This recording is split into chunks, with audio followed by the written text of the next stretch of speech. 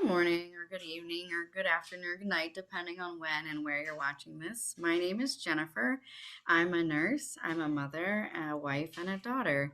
Um, I like to do things that make me think about life and evaluate why a lot with people.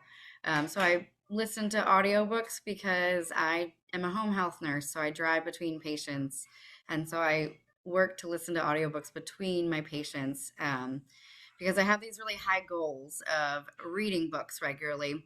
But usually I get about 3 minutes a night when I read books. So I read one book on paper and I listen to another in the car typically. Um, and I've been thinking and hearing a lot about health and well being, but circled around shame and vulnerability. And so I was just talking to one of my friends, and she kind of got shamed that she left the position she was as a nurse because she left them high and dry and abandoned them basically. And I was thinking about how she might process that and how I would process that. And sometimes we rightfully feel bad about something because we make a mistake. And that's sort of more in the guilt category. Shame is more of a judgment upon ourselves around what we did. And so you can feel guilt, apologize, and move on. And then shame is more of a, it freezes you where you are. It makes you look at yourself in the mirror with not a clear perspective of who you are. And you have the lies of all the things that are wrong with you are very loud at that moment. I think most of us can identify with those lies that we tell ourselves or we hear in our head. You're not good enough. You should do better. You're never going to get this right. You you can try, but it's not going to happen. You're going to keep failing.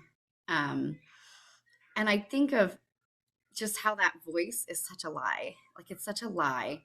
And that when we know that we are enough, we can let go of shame. When we know that we are just fine as we are, even if we're not perfect, we can let go of that voice that tells us that we're not.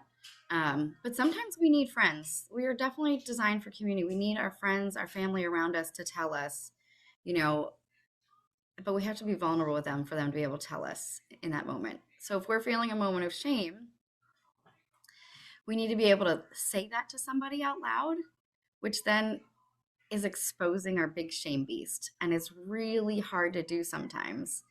But being vulnerable is the only way we really get free of that shame because we take it out of the closet and we put it in the light. And the light brings truth to all things, really. And that shame that we're telling ourselves that story isn't really true. And if we can bring it into the light for ourselves and reconcile that that's a lie that we're telling ourselves, then we have real freedom. But if we can't do that for ourselves, then we need a community of people, one or two trusted people that we're vulnerable with and we expose our shame to. So they can remind us of who we really are when the little voices in our head are telling us something that's not true. So I just want to encourage you to find that one or two people in your life who can be your partners to be vulnerable with. It is scary, like poop your pants kind of scary sometimes to do that, and just really leaves you exposed and can risk being embarrassed. But it also, on every side of risk, is a real gain. So, risk being vulnerable to have that gain of that freedom from the lies in your mind. So I'd like to challenge, encourage, excite you to be free, be vulnerable, let go of your shame, let go of those gremlins, those lies, those stories that aren't true, and then really live in a space of being just enough. Share with me how that went, how it makes you feel just thinking about doing it. Let's encourage one another to really be vulnerable in this world and live free.